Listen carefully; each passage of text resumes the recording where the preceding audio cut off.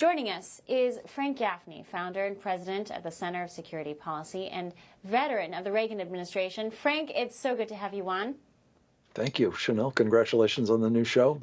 Glad to be part of it. Thank you. Well, Frank, I know you've been doing a lot of work tracking what the WHO and their machinations behind the scenes. This pandemic treaty is set to be signed in October. Share with our audience why you have been making it your current life's mission to stop this treaty.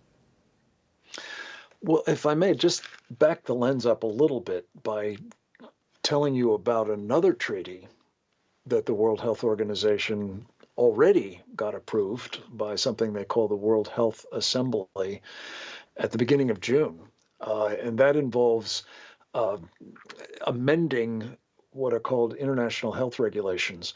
And the reason I mention that is at the time, Chanel, you may remember, they made a big deal about the fact that this treaty wasn't going forward, the pandemic treaty, there was just too much further negotiation to take place. So they weren't going to, and a lot of people thought, oh, hallelujah, you know, the Wicked Witch is dead. We've killed the pandemic treaty.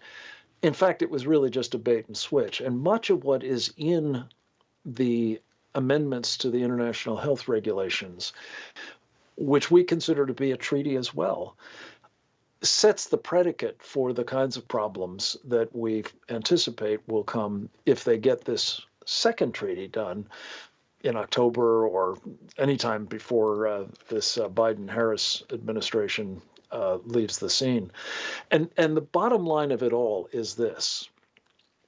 Don't take my word for it. The guys and gals, obviously, who are promoting this set of treaties, this whole idea of having a one health approach, as they call it, to the dealings, not just, by the way, with pandemics, but with anything that the Director General of the World Health Organization deems to be a public health emergency of international concern.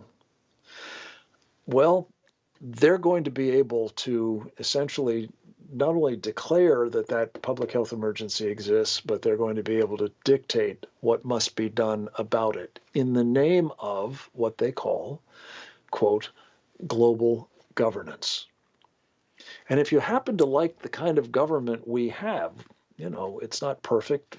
It has a lot of churning going on in it at the moment, but still, it's rooted in the principle of limited, representative, accountable, and constitutionally defined government.